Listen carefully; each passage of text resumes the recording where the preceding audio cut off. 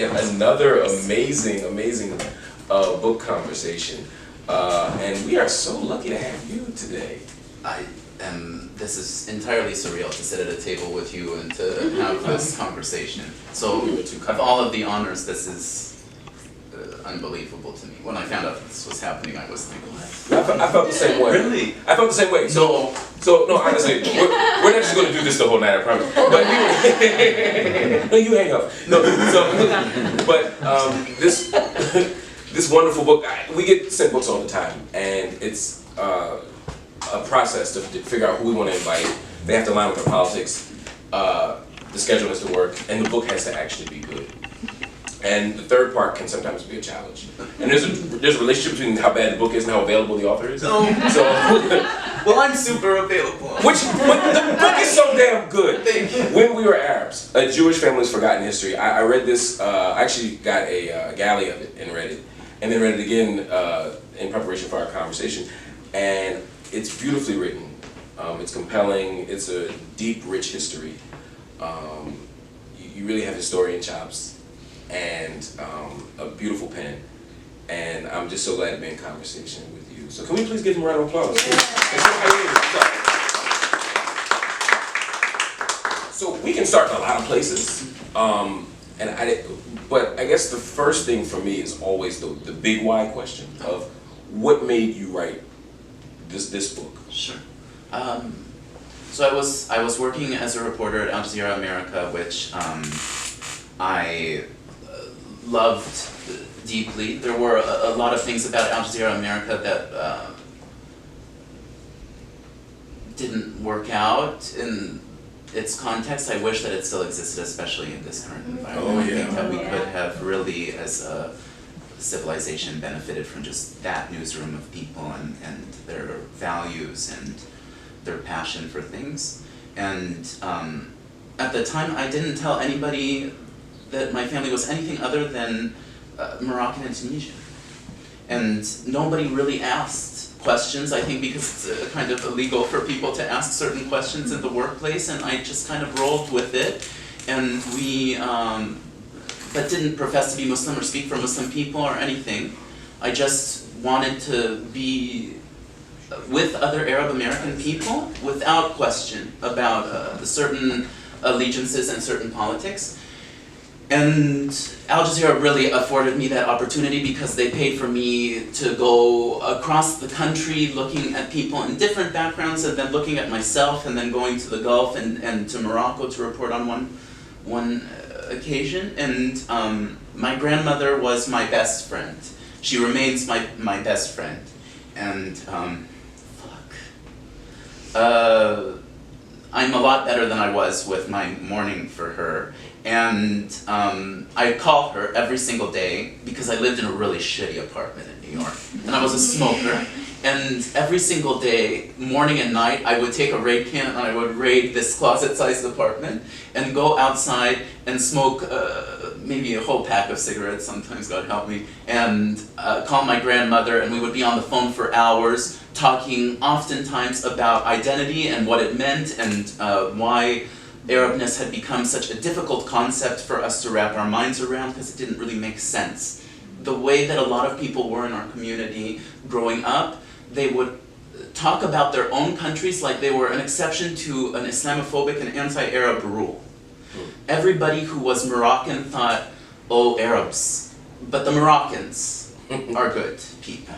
Or they would be, or in the Tunisian circumstance, oh, but the Tunisians are the exception to the rule, the Tunisians are great.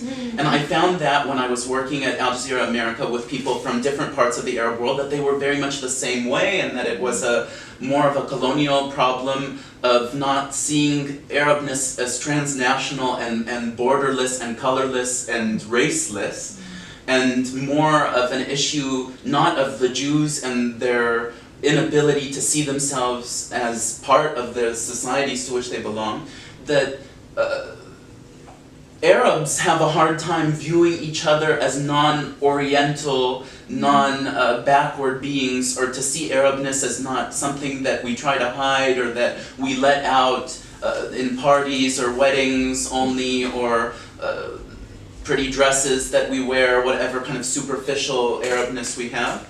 So those conversations happened for hours, and then 2014 happened, and the Gaza offensive kind of made it very much that we didn't think we were going to liberate Palestine when we talked about it. We thought the people who are killing in this moment want to create a dualistic narrative that we want to challenge and subvert.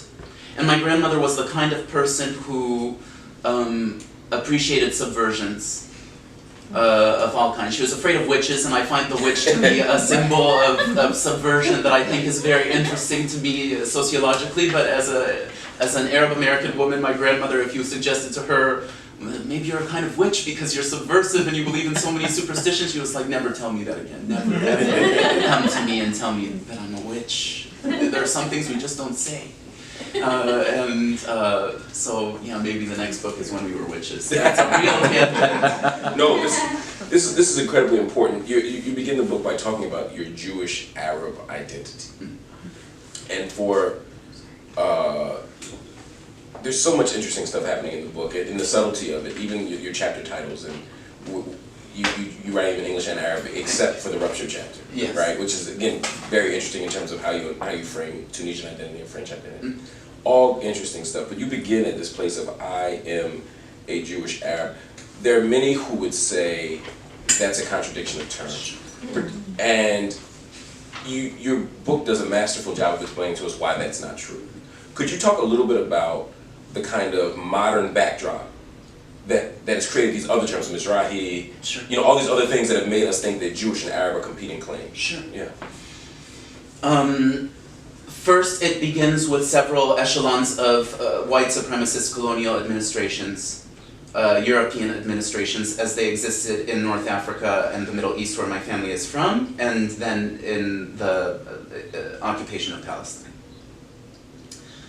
We have been consistently taught through different very specific policies that very specifically said that this was the intended purpose, to view Arabness as something detestable and condemnable, whether it's in ourselves or in other people.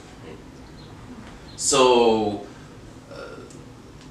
this happened in several ways with carrots and sticks. It happened that people who were able to afford tuition for French school systems or European school systems were considered within our society, or they established that it was because they were able to see that France was the center of civilization and the future and progress.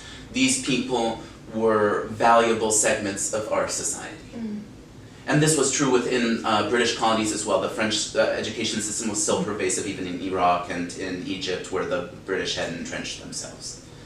And it also happened with sticks in the sense that Egyptian communists who vehemently opposed Zionism were thrown in jail and tortured like other anti-monarchical elements in society at that time. There was the example also of the Tunisian Arabist singer, Jewish woman, Habiba Masika, who was performing a Tunisian independence anthem wrapped in the Tunisian flag to her soldiers of the night, these men, including Habib Bourguiba, who would usher in the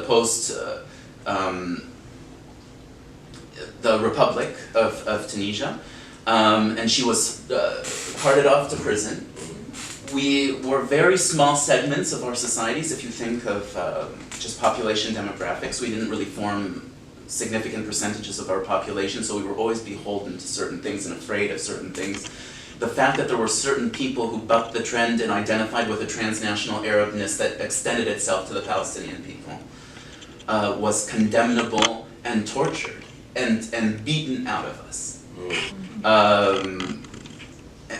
That was the beginning of it. Yeah. And then within the context of the early Zionist state, it became the case that we were sprayed down with DDT, as the book says, and then left to linger in shacks or in tents while Jewish Europeans were given superior housing at the onset of the State of Israel. And then there were subsequent subsequent administrations that privileged them over Jewish people of Arab backgrounds. Now we're in a very strange situation where we comprise Jewish people of Arab societies, whether they identify as Jewish Arabs or not.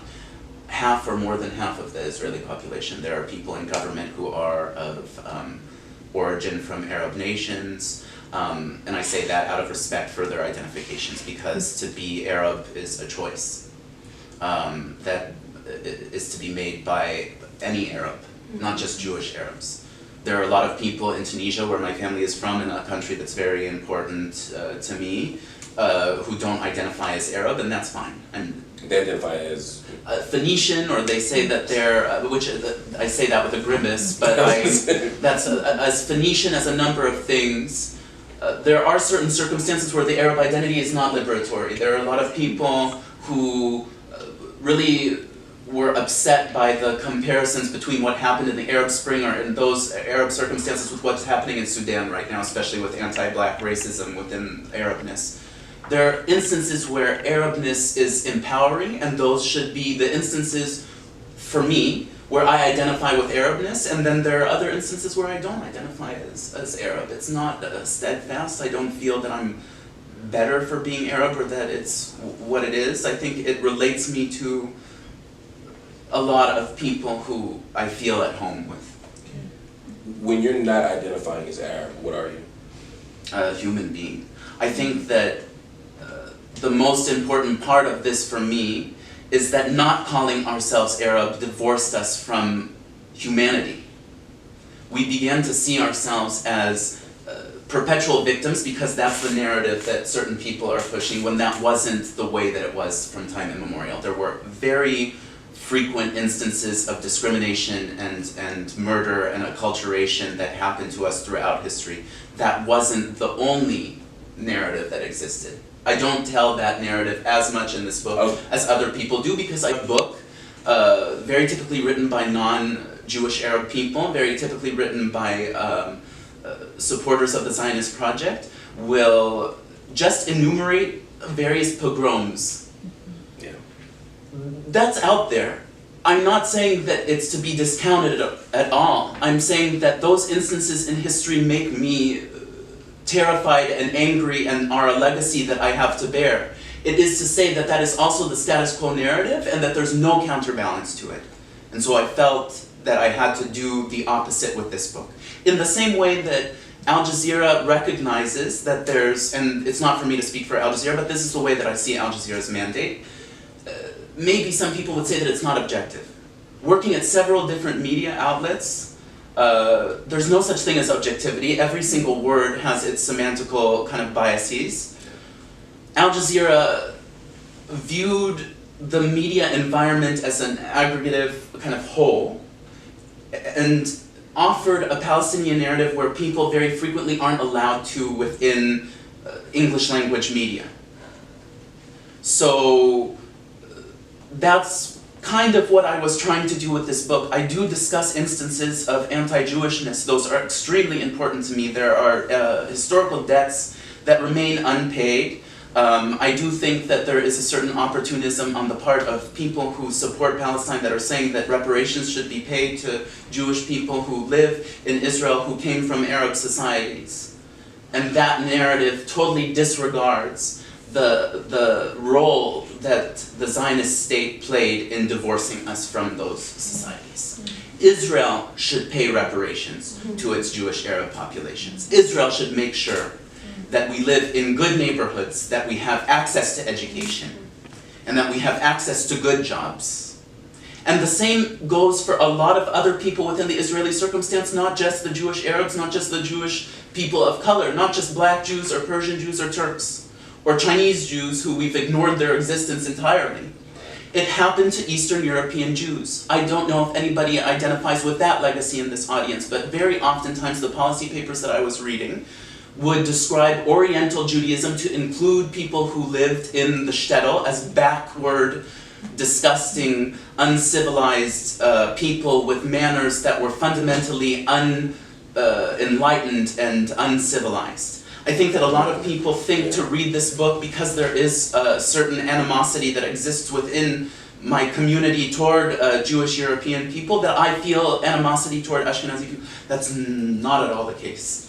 I very much appreciate and mourn the loss of the Ashkenazi culture with the homogenization of what it means to be Jewish and the empowerment of Netanyahu and company to define Judaism.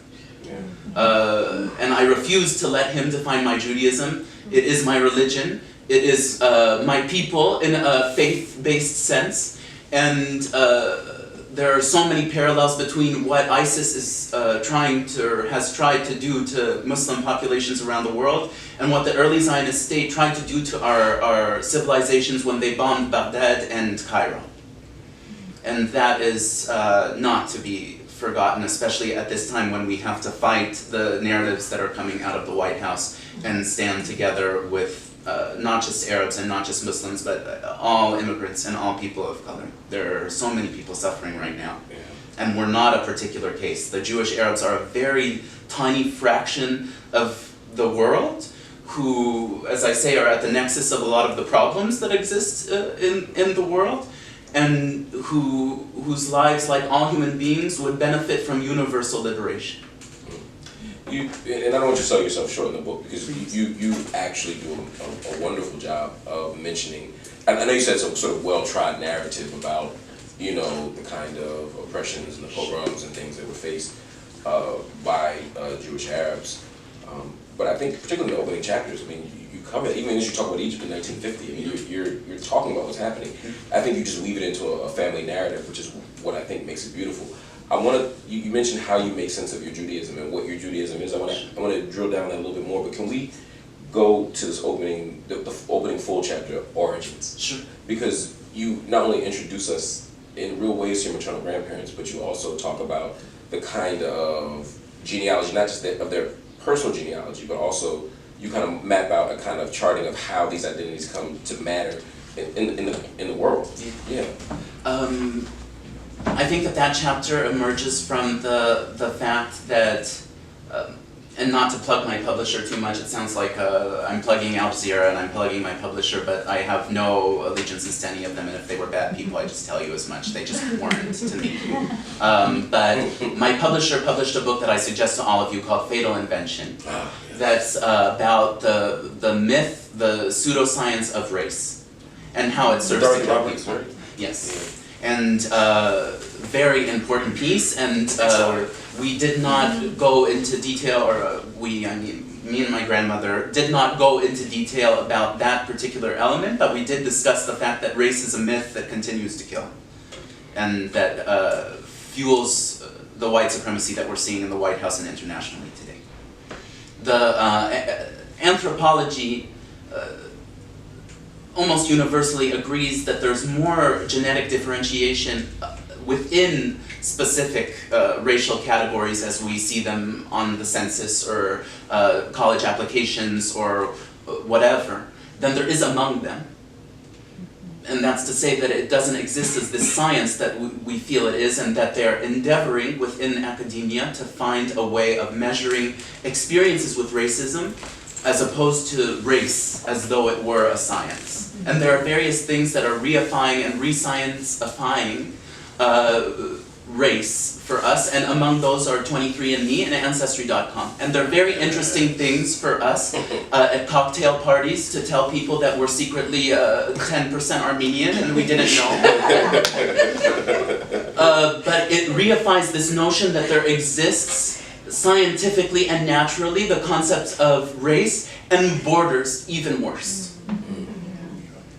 The Armenian borders don't really exist with respect to Armenia as a civilization that's so important to me as an Angelino, and especially as one whose family was trying to interact with other Arabs and found many Armenian Arabs, if they so wish to self-describe, but Armenianness was extremely important to us. So with honor to that identity, I say that there's no such thing as peoples. There are so many people who throughout history moved through different spaces. It's very possible for me as a North African person to say that I'm Phoenician, or that I'm Amazigh, or that I am Arab, or that I'm an Ottoman, or a Circassian, or any of these things that moved, or Greek, or Roman, or any of these things that moved through our lands. also for my grandparents, there wasn't a knowledge of what these kinds of very American colorized categories of human existence were. My grandfather always described his grandparents and said, my one grandmother, Massoud, was very black, he would say. And because of his English, I didn't know whether she was black or whether she was dark.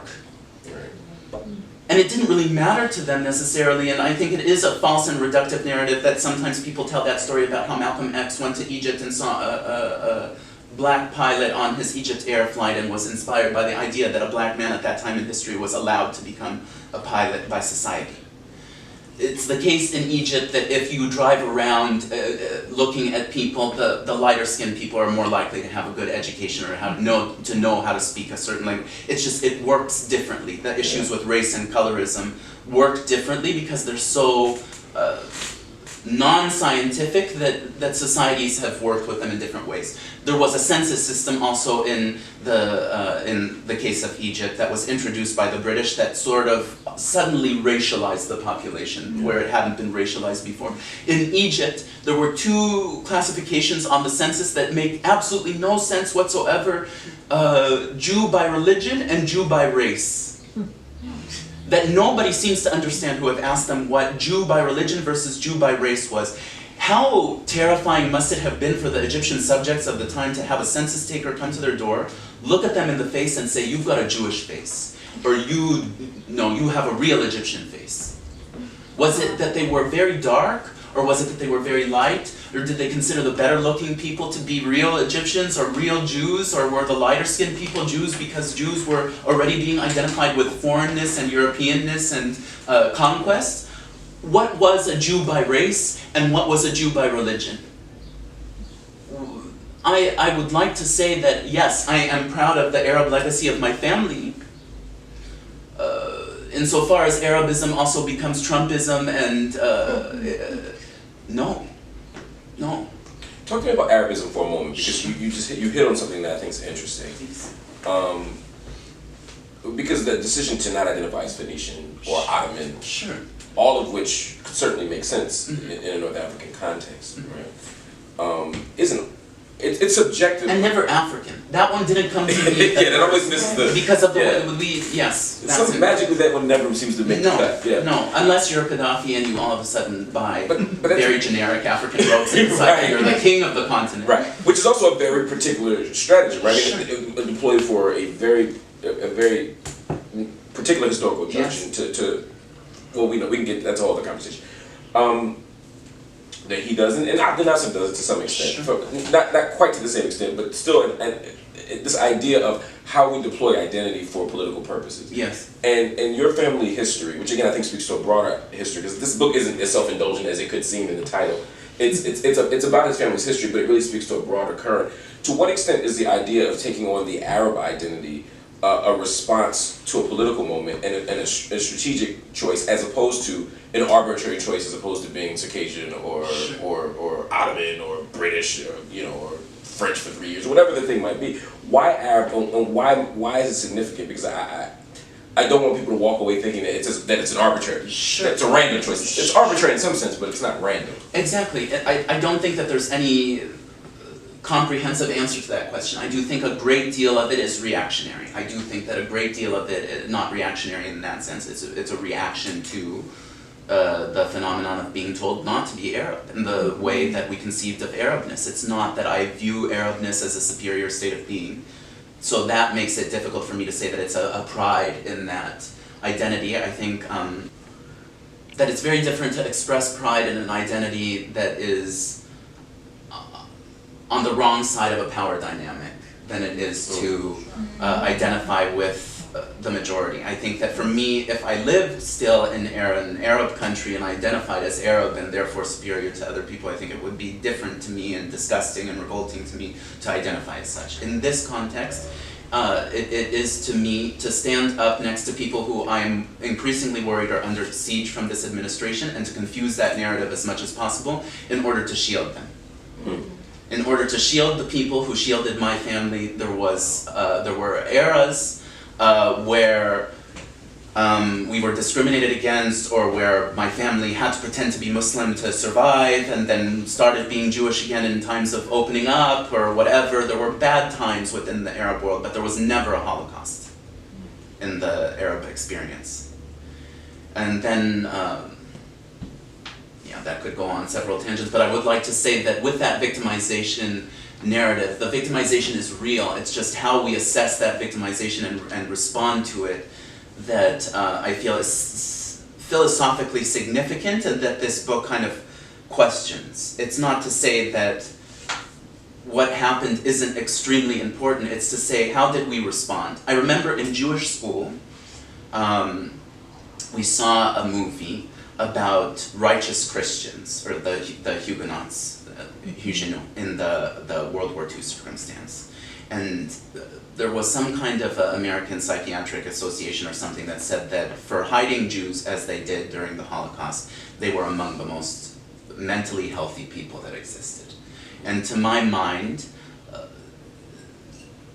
that is one of the goals of this book insofar as there are certain genocidal trends that are existing today. If I was in a position to do that for other peoples, I would do that for them at this moment in history, by whatever means. One more question on this Jewish identity before, because I want to talk to you about your grandparents in particular. The idea of a kind of supranational identity, this idea that you could be Arab to cut across nation-state borders, as opposed to, whatever the thing might be, Yazidi, whatever the thing might be in a particular region, or just national. I'm just Egyptian, I'm just Moroccan, I'm just Tunisian. You do that with the Arab identity, but you also in the book talk about why you don't do that with the Jewish identity. Yes. Because you can also appeal, the very same reasons why you just said you could appeal to an Arab identity as a site of resistance, as a response to victimization, as a response to structural violence, etc. You could do with your Jewish identity. Mm-hmm. You could be Jewish by not by religion, but by race. By race, yes. Right? And you make a choice not to do that. Yeah. Why? I think that I don't do that for various reasons, because I don't live my life. This is a very difficult question, because I do think that I do that with the Jewish identity in practice, in everyday life, and that there are certain things within the book, like the title, like the chapter titles, that are sort of a rhetorical device or kind of like a thought experiment for me in how I'm kind of digesting religion and ethnicity. I would say that, and it's becoming apparent to me as people interview me like this, I spoke to Haaretz recently, that I do view myself very much so as part of a Jewish community. That, to my mind, the legacies of the Holocaust and the way that they're treated by Israel are abhorrent, because if Israel were in earnest concerned with preserving the legacy of the Holocaust and ensuring that it never happened to anyone again, their response to various attacks on our faith community internationally would not be to emigrate to Israel. They would be to ensure that an environment of white supremacist genocide did not exist. And we see the very opposite happening, especially with the Israeli administration's close and fond relationship with Bolsonaro, Orban, Trump, all of these people. The opposite is happening. There have been cases for the Jewish community internationally where this administration, and it's not a phenomenon that lives and dies with this administration. This has been true of very many other administrations. I don't want people to think that this is the one fascist Israeli administration, but I do think... That's so important to stress. Yes. Netanyahu has had a habit of, when there was the Paris attack on Hyper Cacher in Paris, the son of the Grand Rabbi of Tunisia died. The Tunisian people came out into the streets in mourning for this son of Tunisia. He told the Parisian Jewish community at this time that the only response to this attack was for them to emigrate to Israel. Does that stop an international environment of anti-Jewishness? No. In the Tunisian circumstance, Israel, on very faulty intelligence, told the international Jewish community not to make an annual pilgrimage to what is really the focal point of our Judaism, the Ghriba synagogue that is in Jerba, the island of Jerba. Those people, the Jewish people who live in Jerba, who are a very old community, they subsist on those tourist dollars. Netanyahu was making it impossible for these people to continue to exist in Tunisia, and more likely for them, like other Tunisians who suffer from a lack of economic opportunities, he made it more essential for them to try to emigrate at whatever costs to Israel. The response to international attacks on Jewish communities, the response to international hatred against Jewish communities has been time and again to ghettoize us on a very narrow parcel of land on the ash heap of another civilization of dispossessed people. Denmark was the same thing. He told the Danish Jews, after their very interesting and complex history with their nation, to emigrate to Israel. They said the same thing in the Israeli administration after Pittsburgh here in the United States. Meanwhile, Netanyahu and the Israeli administration continue to support Trump and the elements of this society that make it impossible for us to have this very event tonight without worrying that somebody is going to come through that door with a MAGA hat and shoot us all dead. I was very afraid to call myself a Jewish person and an Arab American and come and speak to you guys tonight, because we are living in an unsafe environment. All of you have a certain degree of audacity and strength to be able to come to an event labeled as a Jewish and Arab American event tonight, because of the situation and the climate of hatred and fear that we're living in. You, on a daily basis, God forbid that anything should happen, and obviously you've created a community for yourself that is safe within it. None of us, any of us, even if we work at a dental office, I'm afraid for my mother, I'm afraid for everyone because of the way that this society is these days. But to be anything other than a trumpet in this civilization has become a liability for all of us. Oh, absolutely. Let's talk about Oscar. Yeah.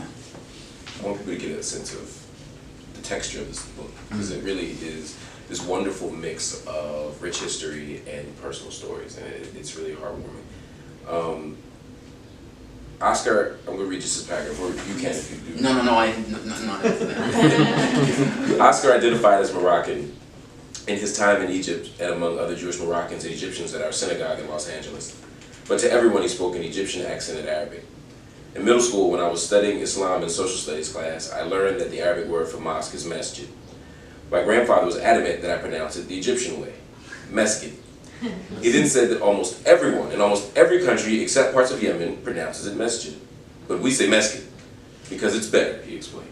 It's a very Egyptian thing to do. For all his Moroccanness, he never in his life visited Morocco, although he spoke its dialect in the home with his father and grandfather.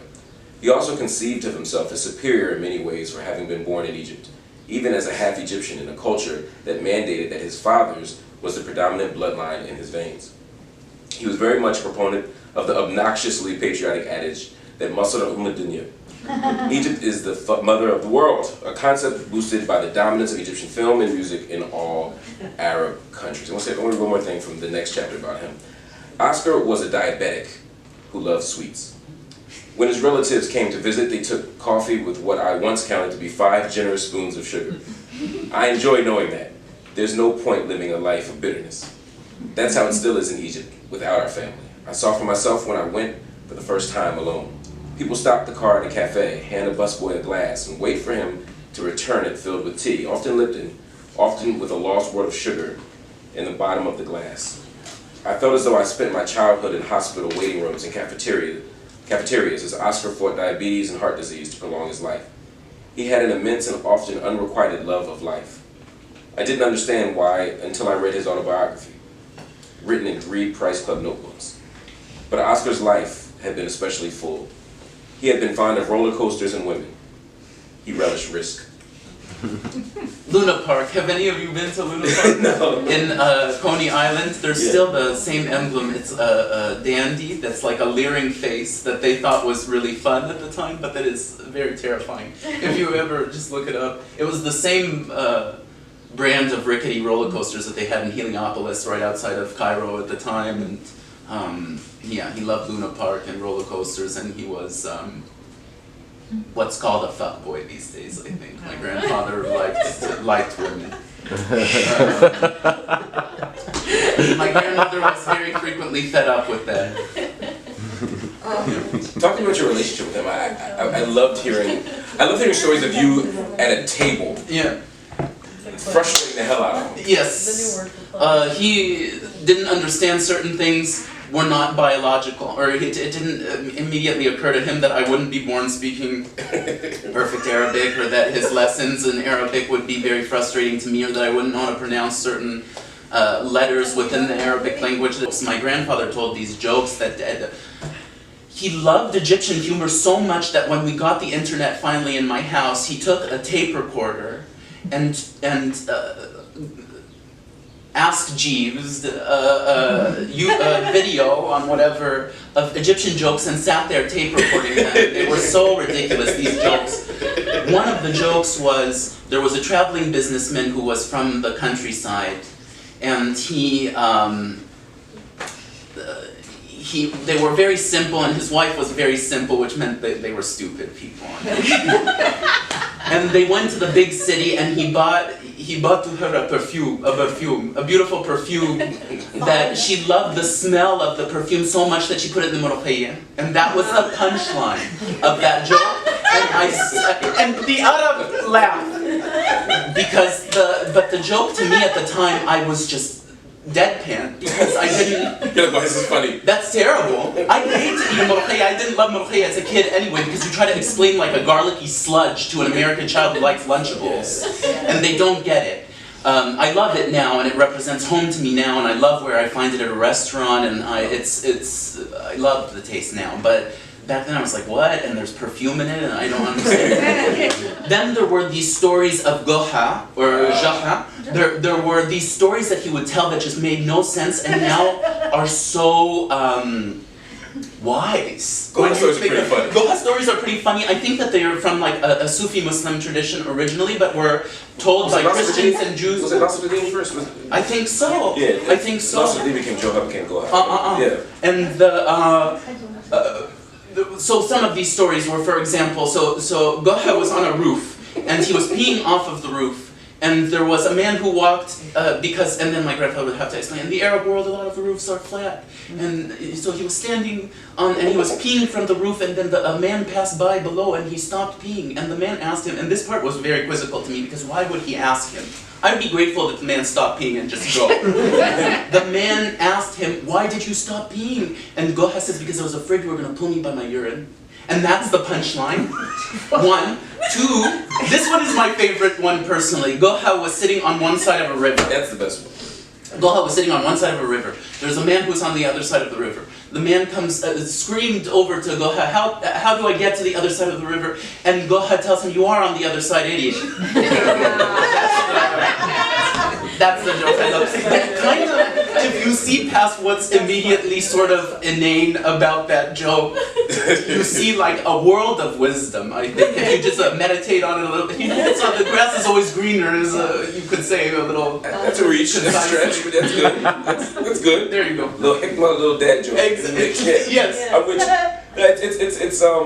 But that relationship, in many ways, to what I read in the text was your relationship to him really represented the possibilities of these identities and also some of the tensions and contradictions. Yeah. As you try to get closer to him, as he's trying to understand why you can't say hummus, or why you can't, why you're not laughing at the Goha story, and why you're not this Arab in the way that he wants you to be. Yeah. How did you navigate that at the personal level, at the emotional level, as well as in terms of how you understood yourself? I I was always a disappointment to him, or at least ostensibly I was a disappointment to him in the sense that we went to synagogue, and something that was very un-Arab about me was that there were certain kids who were the way that he was back in Alexandria, that they really knew how to pray and how to chant and didn't have a hard time with their bar mitzvah Torah portion, or didn't fight back when their parents said that they had to miss one Saturday morning cartoons and go to synagogue at 6 o'clock in the morning. I felt negligent oftentimes. I felt like I wasn't the kind of son that he wanted me to be. And then also because my grandfather was North African, he believed very much in Al-Ayn and Hesed, and he would tell people that he would tell people bad things about me in his synagogue. He would have this guy, Yusuf, who he would keep on chit-chatting with, and he would always say, oh, my son is so Ahmed. And he would, and I would sit there and listen to this stuff, and I would think, and I hope it was because he was afraid of Hesed. So, maybe he was just bitching about me, whatever. Long story short, my grandfather, what was beautiful about him and how much I loved him, appreciated in retrospect, definitely. The amount that he taught me in life, appreciated or was impressed upon me in his absence. In his absence, I started asking myself questions that we hadn't been able to ask each other. And in his absence, I have spent my entire life since I'm 16 years old searching for him in other Arabs. And trying to go back to different parts of the world. I've been back to Morocco so many times. I went to Egypt one time, and that'll be the last time. And because Yeah, that was good. I was an Al Jazeera reporter, and under this administration, I will not go back to This meaning Sisi. this Sisi administration.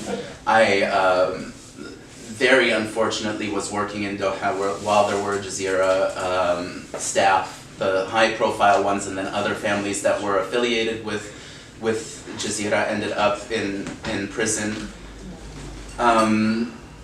My desire would be to visit the graves of my ancestors in Alexandria and to be able to go back. So when I went to Doha, I had the opportunity, I was Googling on Sky, or I was sky scannering all of these beautiful trips that I could have been taking because I wasn't in LA, in this part of the world where you're sequestered from the rest of the world and the trip is so long and everything and expensive. It was $200 to go from Doha to Alexandria direct.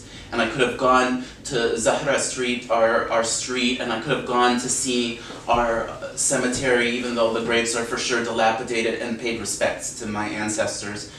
And my colleague said, don't go. It's possible that they could Google you at the airport and that you'd never see your mom again. And what would she do? And my grandmother at the time. I can't go back to what I consider to be my country, and I'm proud of so many people in Egypt who on many sides of the political spectrum are fighting for an Egypt that's inclusive and that is accountable to its people and that is dignified where our dignity has been raped from us time and time again by so many actors. I was not a supporter of the Morsi administration.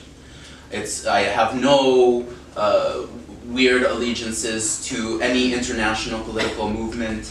I definitely have no reason to support an Islamist administration. I was gonna say. And I believe very much that Morsi should have been in power until early elections were called, and that organization that did attack the Jews of Egypt on several occasions. I say the Jews of Egypt because there were so many different communities. The Sephardic community, the Turkish community, Andrea Siman is one of the Turkish community, so many different communities that it was initially a decolonial organization that had in mind the liberation of our nation and took for its inspiration an Islam that is just and that preaches justice, and that eventually became an organization that fed into colonial cues about who was aligned with Europe and who was aligned with the outside. out of respect for that historically righteous organization, initially righteous organization, and out of respect for just human life, the slaughter of people. Just for that organization, a Muslim Brotherhood, the Ikhwan.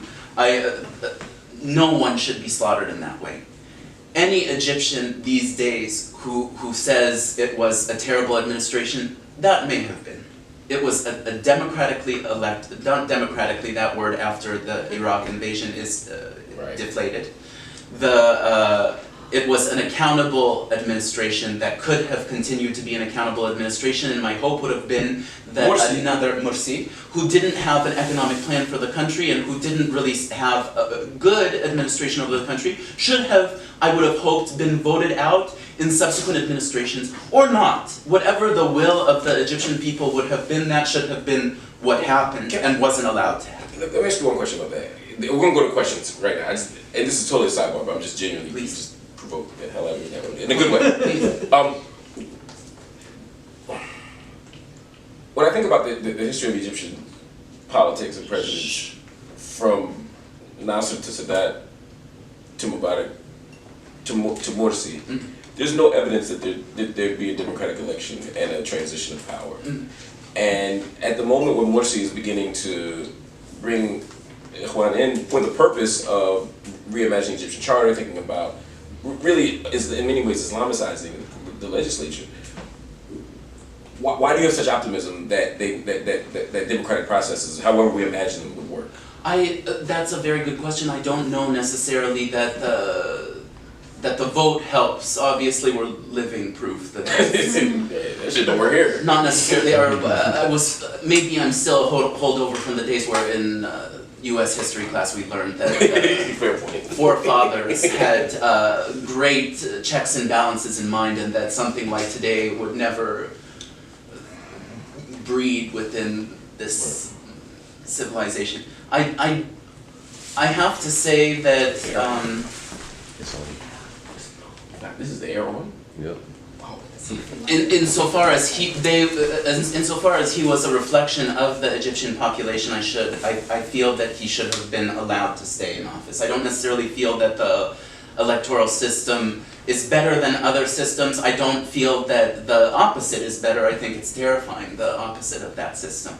I do think that if he was elected, he should have been allowed to ride it out. I think that a transition away from the Ennahda administration in Tunis, by way of comparison, although in Tunisia I wouldn't say that the exceptionalism that's painted by the Western media is at all true. There was still respect for rule of law. It's rule of law is such a precedent that we set that if you circumvent it in any kind of way, it's so delicate that it acts as a cancer in the rest of society. That's what we see with Trump, is a lack of respect for basic rule of law. And that's what terrifies me, because that means that there are no rules of play.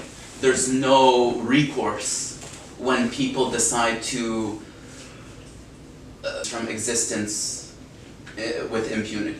Yeah. Last question from me, and then I want to take questions from them. It's about the state of Israel. Please.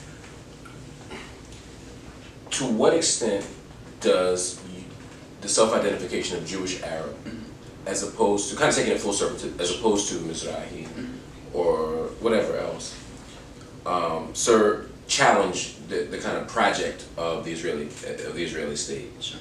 Yeah. And by project, I mean specifically the ethno-nationalist, maybe even white supremacist project. Of course. Yeah. I do think that Zionism, although Zionists very frequently try to confuse this idea, was always meant to be, in the way that Frantz Fanon described it, the supplantation of one population with another population. There's always been a question very directly from people like Golda Meir of whether the Jewish Arabs or people who don't identify as such but could, if they so chose, would side with the Palestinians or would side with people who didn't really resemble them in any given way. Those Jewish Europeans would very frequently say, even in faith. our Judaism was extremely different in the Egyptian circumstance in my grandfather's generation and even before. There were very different things about how we practiced and how we viewed ourselves in relation to other faiths. There was always the question whether we would side with Palestinians and whether we would view ourselves as part of a collective struggle against white hegemony. And that kind of blew up under the Mayor administration with the Israeli so-called Black Panther movement, which the title of it is a little problematic. Obviously, I think that there's a choice on the part of some Jewish people of Arab origin to identify with the black struggle because they've seen it in a beautiful way, identify with certain elements of the black struggle, although for many of them to identify with blackness insofar as appropriating that title is very problematic. They're an interesting bunch. A very interesting bunch, but also a beautiful bunch in some ways because they reached out in many ways at the time, although some of the people who were involved with founding that organization to demand our collective rights have changed, done a total 180, reached out to non-Jewish Palestinian people and said we are part of a collective struggle. There were people who were marching out in the streets together in that way. That legacy still exists with some of that time of the Black Panthers. There's Reuven Abergel. He is one person who has always stood by black people within the Israeli context, whether they are Jewish Ethiopian people. The title that's typically given them, which I would hope people would interrogate, Falasha, I think is the title, is in Ethiopian language a very insulting one, and I hope that people would change that in the way that we shouldn't say Berber. We shouldn't say Berber because it was a pejorative term that was What's the term you gave in the book for Berber? Begins with an A. Amazigh. Yes. Amazigh, and the plural is Imazighen. Berber is a pejorative word that was the sound that the Arab invasion thought that Tamazight language, the language of the Amazigh people, sounded like to them. So when you say Berber, it comes from a very negative place. A lot of Berberists, Amazighists, who are part of a movement that started well after my family mostly had left the region. And may have identified with this movement as the Arabists Movement, which was coming together right around the time that they left and in response to the events leading to them leaving. They reject this term as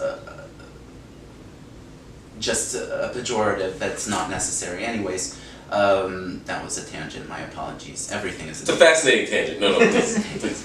So, Abergel has identified very frequently with other Jewish communities of color and has continuously spoken about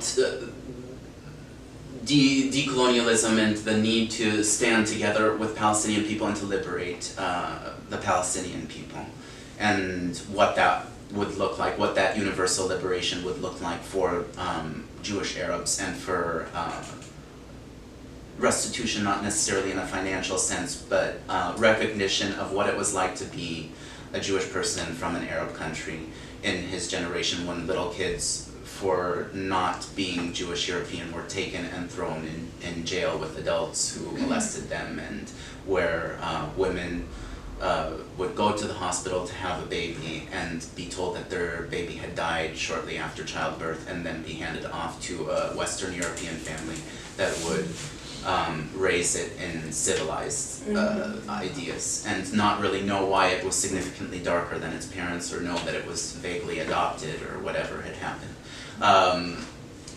The acculturation process that happened to the Jews of Eastern Europe who were very much victims was very different. It's important to say from the process of acculturation that happened to Jewish Arab people. The Jewish Arab people were and continue to be, despite being a demographic community of size in the Israeli context, violently acculturated. It continues to be the case that people are profiled very frequently as being Palestinians, and in 2015 when there was a spate of back and forth police gunning down Palestinians with impunity, and then Palestinian people stabbing what they thought were Israelis. Very frequently, people, not just police, civilians, Israeli civilians would shoot what they thought was a Palestinian. In one case, it was a Jewish man of Moroccan or Iraqi or Yemeni descent. It's not very easy for people to tell sometimes the difference between a Palestinian and another Jewish Arab, a non-Jewish Palestinian, and because they exist and aren't to be erased. And so people need to understand that there is a certain violence that happens, that what happens to Jewish Arabs should never be compared to what happens to Palestinian people. That's an unuseful, unless they're Jewish Palestinian people. That's an unuseful comparison. That comparison is frequently used to undermine any kind of Palestinian claim to autonomy and to dignity and to life. And that there are common elements of that struggle, but that no struggle should undermine the struggle of other elements of humanity. That's a very insidious thing that ends up happening within these conversations that needs to stop.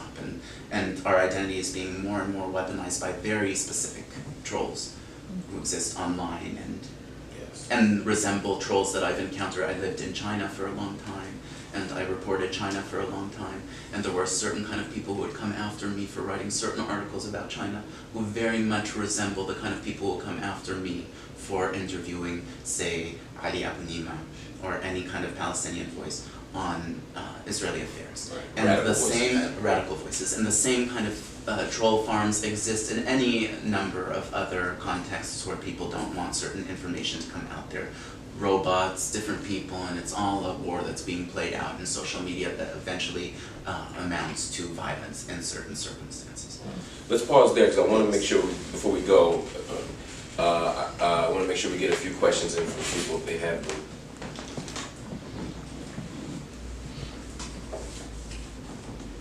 How do you identify Arabism? Is that culture or language or religion or all of them?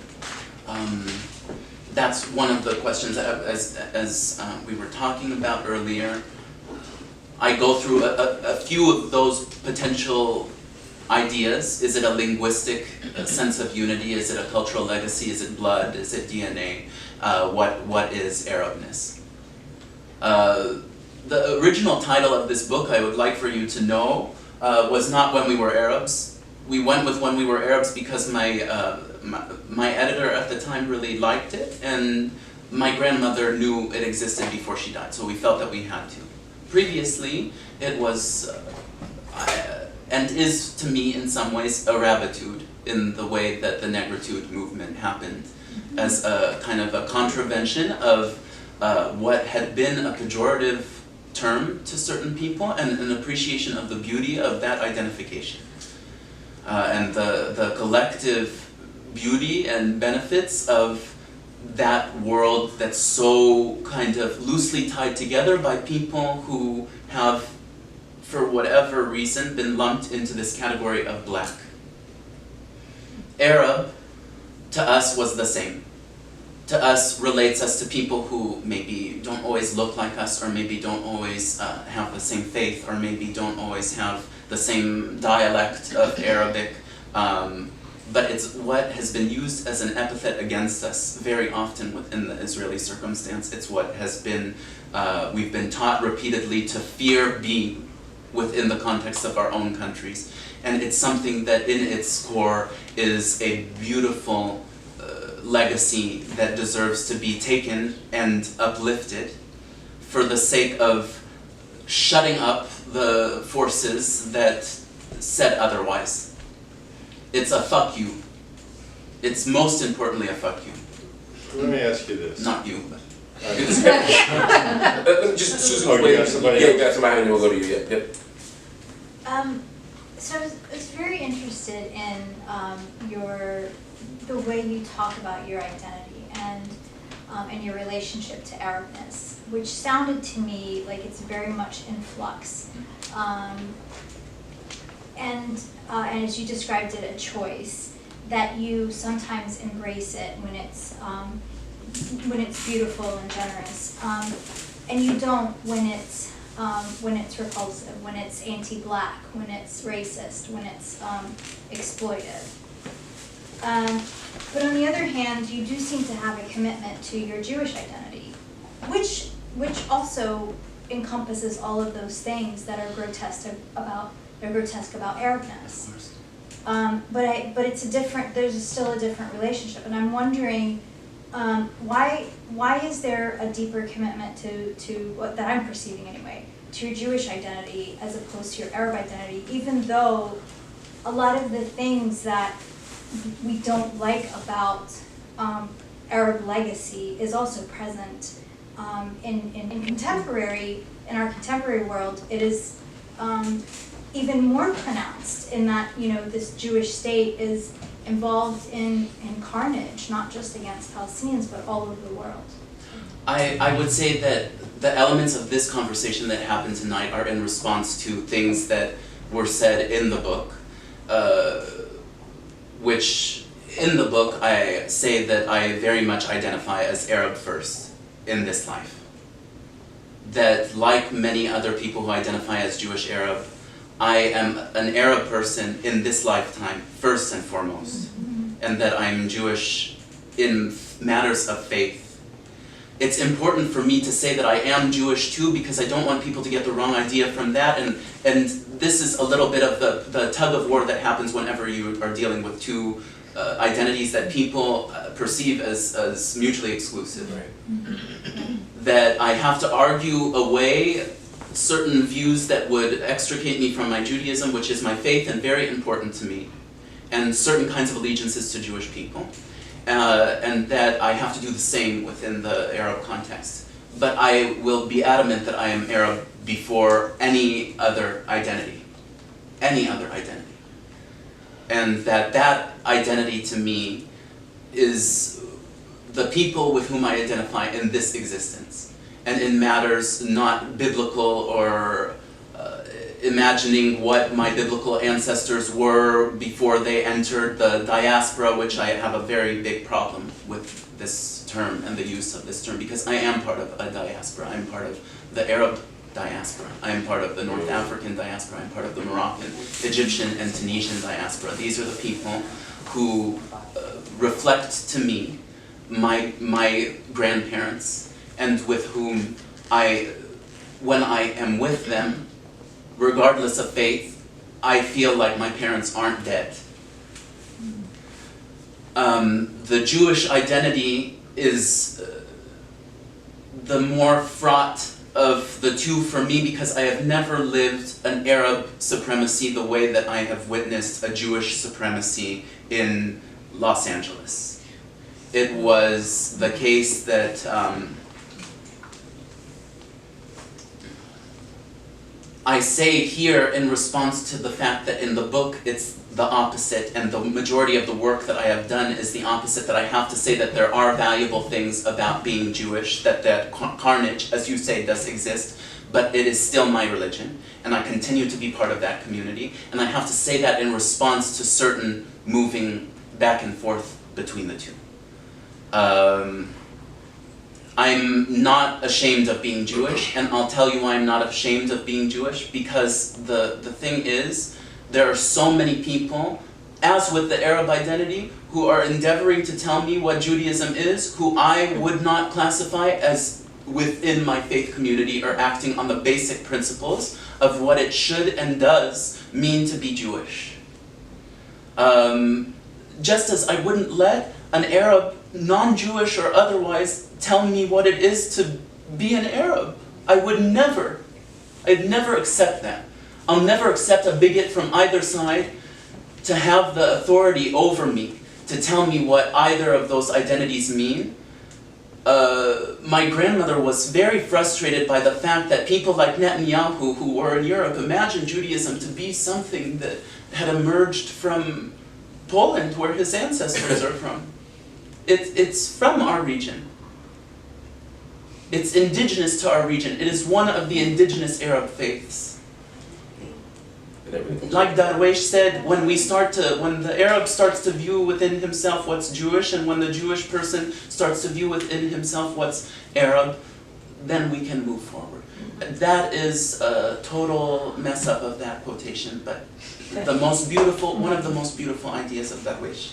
So I think I definitely identify as Arab first. There are things that I'd like to say on behalf of the Jewish community, and that's that if in earnest this Israeli administration was concerned with Jewish lives, they wouldn't allow there to be an international climate of hatred that continues to kill Jewish people, and they would start by looking at other communities, including Palestinian communities, not only among Israeli citizens, but Palestinians internationally.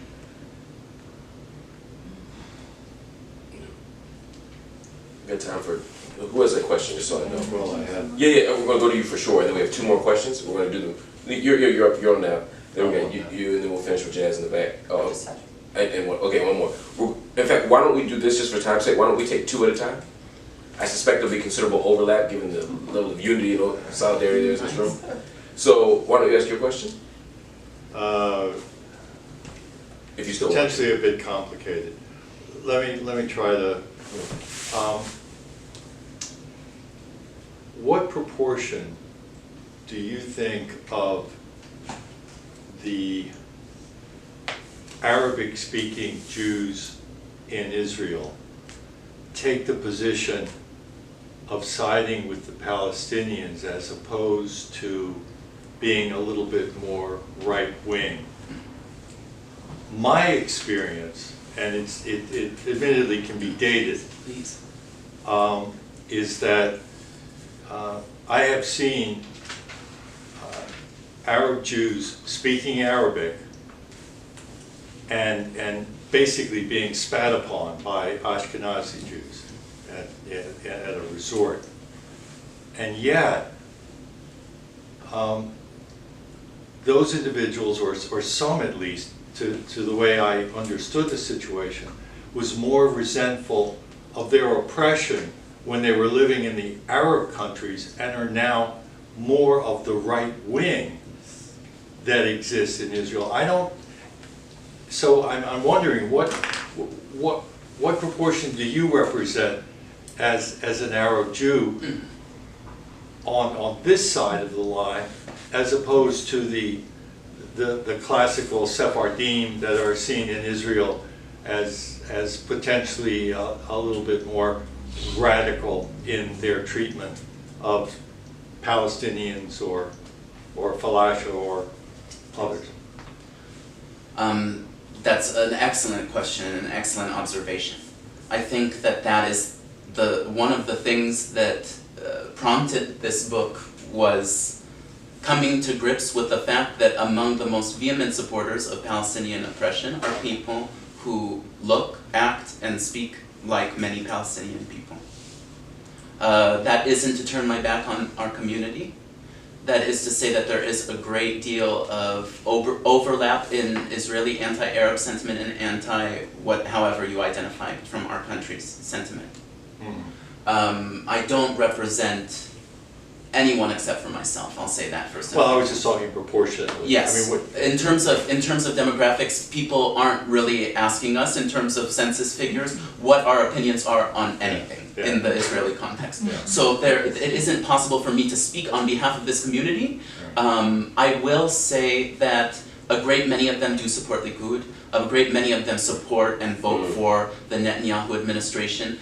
I think that that's part of what is fascinating about this, and that mandates looking at my family in a decolonial memoir that uses Frantz Fanon as a lens through which to view the fact that in a kind of Stockholm syndrome, we appear to have sided with the people who feel that we are racially inferior.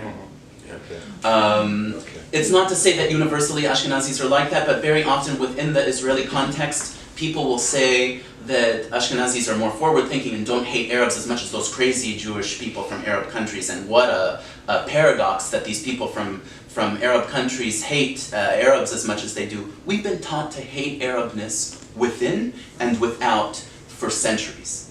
Centuries. And what you're seeing is the result of centuries of de-Arabization and intermittent re-Arabization when it was suitable to the European colonial administration. That's what happens in Egypt. In Egypt, communities were de-Arabized by a French presence that was looking to colonize the region and was very much jockeying with the British to see who was going to take control over this very strategic parcel of land in terms of trade and navigation.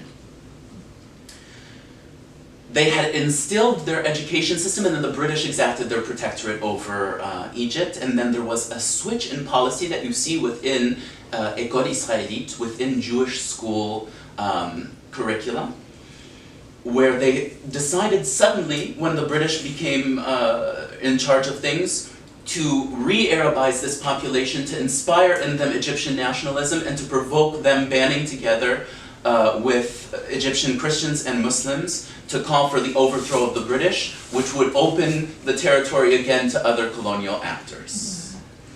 And that showed up in my home, because my grandparents, my grandmother, found Arab things, with the exception of very few circumstances with bar mitzvahs and certain kinds of food and different things, found Arabness, or what we perceived as Arabness, since there is no, these superficial things that we call Arabness, I can list them for you, but they're ultimately reductive to Arab people for whom different cuisines exist, different dialects exist. Kibbeh, we never made kibbeh, we made certain things from the east, we made sambusik, we made fundemis every Saturday morning, we made different things that were Egyptian or Levantine because we had such a big Shami community in Egypt, but we mostly ate couscous and tajin and slatem shweye and all kinds of foods like that, fricassee, brick. Let's pause there. Thank you. You give very thorough answers to questions, so I'm not sure we'll be able to get to. Sorry. Yeah, no, it's a good thing. It's a good thing. I just want to make sure, because we started on Uncle Bobbie's standard time. Thank you for sitting through it. No, this has been wonderful. It's been wonderful. I do want to take a couple more. So maybe who had their hands up? I know we had in the back. We had 1, 2, 3, and 4. Okay, so we're gonna try 2 and 2. Okay. And we're gonna move efficiently. So why don't we start in the back? I know Jazz, you had a question, and you also have a question. Yeah, I just have a question. You said that claiming to be an Arab is a reaction to what's going on, political situation we are in. When you address, for example, the Jewish community in your area, what was the reaction? What's the reaction? How is it when you say I'm a Jewish, I'm an Arab Jewish, or an Arab Jew? Does it affect you somehow or look at you differently? Before you answer that, I want to get sorry. Jazz's question, because I think that my brain tells me there's going to be overlap. Sure. And you can answer these questions simultaneously. Probably. There might be overlap, because I'm sure you probably get this question a lot. What are your intentions and also the stakes of likening your description of Arabism to Black social and intellectual movements, right? So I'm thinking about the ways that you deploy Blackness in the context of this conversation and descriptions of your upbringing and sort of how that's shaped your intellectual moment. So on the one hand, there's a point where you deploy, you reference Blackness as a way of like making legible the conditions of Arabism. And there are other moments where, specifically when you reference negritude, and even thinking about the sort of decolonial philosophy that comes from Frantz Fanon. But I'm also thinking about how does this fit into the way that you're understanding or deploying Blackness in particular, because on the one hand it feels like you're deploying it as a sort of political ideology and then as a way of describing material conditions, but then there's a whole side of the sort of reality of the corporeal body or the reality of like bearing Blackness as a corporeal way of negotiating the world. So are you thinking about Blackness as a way of sort of broadening a discourse on like global anti-Blackness? I'm not sure how you're doing this. Sure, and I think for me, the latter conclusion that you came to in terms of broadening the situation of the Jewish Arab and the Arab context is extremely important to my use of Fanon and the texts of negritude that I was exposed to. to look specifically at writers within the Arab context who talk about the denigration of certain identities within an indigenous sector would be to elevate Arabness over certain other identities, or the Arab experience over certain other identities, and to my mind, that was not my intention. So in terms of avoiding a certain kind of Trumpism or a certain kind of supremacy that could emanate from an ideology of Arabness, I found it necessary, I think, to call on previous work that also influenced other indigenous struggles for liberation, which would include Fanon and Senghor and a bunch of other thinkers who had thought in this way that my family wasn't exposed to, because I'm the first person to go to school and have a education in these texts.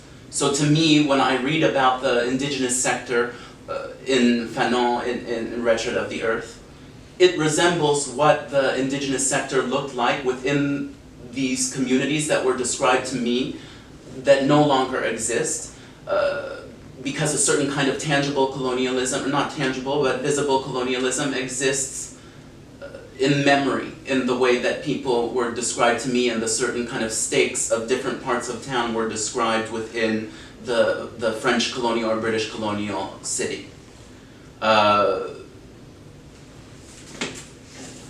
It was impossible for me, I think, to reinvent the wheel in terms of looking at different discourses in liberation. What had existed before within the Negritude movement as it came out of France was accessible to me, and was a lens through which to view circumstances that were not the same at all, but that were applicable, I would feel, to different kinds of liberation that needed to happen in the Algerian context, and in the Palestinian context, and in the various Arab, European-dominated metropolises that existed throughout North Africa and the Middle East at that time. And then back, just to circle back to her question, and then it's going to unfortunately have to be the last response, just because it's almost 9 o'clock. Sorry. Yeah, no, it's great. We can talk and mingle, and as we sign books and drink coffee. Definitely, definitely. So sorry, but I slept 3 hours last night. What was the question was, how do people in my community engage? Right. Yeah. In the year that followed my grandmother dying, I didn't go out, so I don't know anyone in Los Angeles except for my mother, who raised me. So I don't have a community in Los Angeles, if I'm being frank with you, and a little sad. I don't pray in a synagogue. I pray almost daily in my home by myself. I do know that there would be a very aggressive rejection on the part of a great many people in Los Angeles to the identity that I am claiming.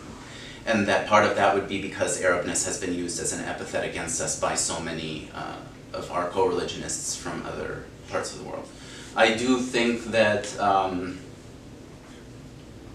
maybe I do stay away from those congregations for that reason. That's not my faith. I can't stand next to people who don't view Judaism as fundamentally about human justice and viewing the idea of a chosen people as one that isn't practical and of this world. Thank you. Please. What a wonderful, wonderful conversation we've had. Thank you. Thank you. So much.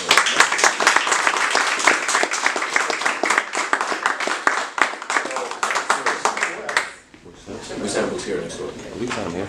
Okay. So we can actually, so we'll be signing books, and so we'll be signing books right here. Right here. You don't even have to get up, you can take the line, take pictures. Thank you so much. Yep, we can pay right here. If you have cards, we can pay here. If you have cash and And the book costs how much? What is it? The book is, that should go this, Of course, yeah. $26.99. $26.99? 26. Yes. Okay, but yeah. We don't need a Sharpie because I think it's harder for me. I'm already a bad. Oh, no. Thank you so much. Okay, nice meeting you. Are you, Oh, thank you so much. Sorry. Thank you very much. we paying you? Yes. All right. I'll be next to you. I'll just give you that. I think I have. Do you have change? Oh, thank you so much. And I'll just give you a card. That's right.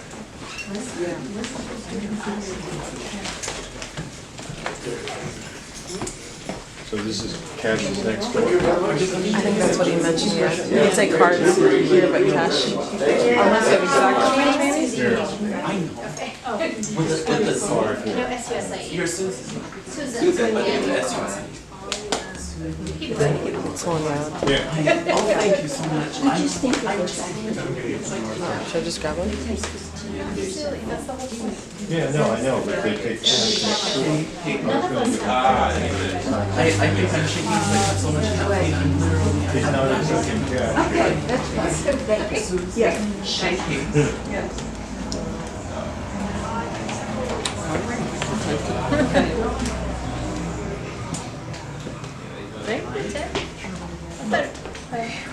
Oh, that's tax.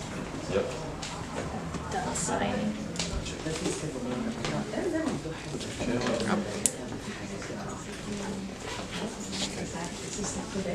is a really good.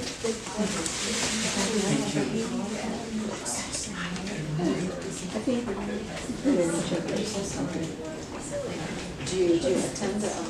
It's a story. He was shaking. What is he? It's like 3 hours. Yeah, so cold. But it was Yeah, I kind of like it. Okay, Thank you. what is it? You mean like the... Like the meaning? Oh, the tower. Sorry, I think it says Hadi in Arabic. Freedom. Oh, okay. Yeah.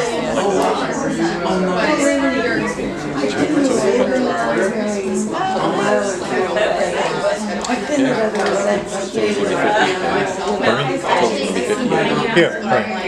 Because I'm letting mine grow Whatever, out. 2 times 29. It's gonna look good. How many people? Yeah. Oh, it's gorgeous. Yeah, your hair is gorgeous. I'm looking forward. It's almost like in college. You know, this is who I am. I'm not going to stand up. Okay, great. Thank you. I'm not gonna die today. Good for you. Yeah. I'm so grateful to be here today. I can't begin to tell you. I mean it so much. It's really meaningful to me. What's your name? Ja. Ja? Ja. Ja. J-A-H. Ja. Oh, thank you. Thank you. Oh. Where? You can hit rotate or whatever you choose, and then just sign. Yeah, I saw that you had this one in there. And I thought, oh, I hadn't, or didn't remember. Very good. Thank you. Thank you. I did pick up the book from him. Yeah, so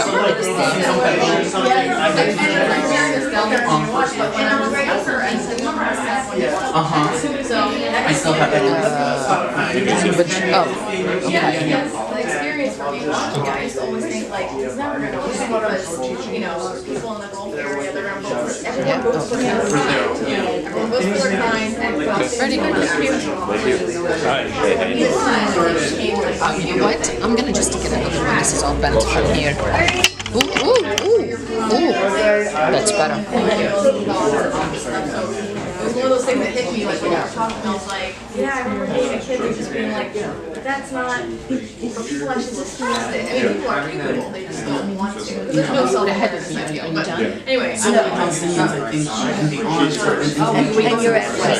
Okay, we're going this way. Yeah, we're doing kind of a curvilinear as opposed to. Sure, and you feel, like you said, like, you almost like, you want to do it more, so. I'm gonna succeed. Yes. As a matter of fact, the last time I was I want you to there, It was Yeah, I mean, I trust yeah, no, but yeah, and I've been, can we when I change that? Yes, text on email. Email. Don't worry about it. You need to, Sorry about that. Yeah, I remember one time I wanted to. Do you want me to give you something next door? No, and It was called like Palestine.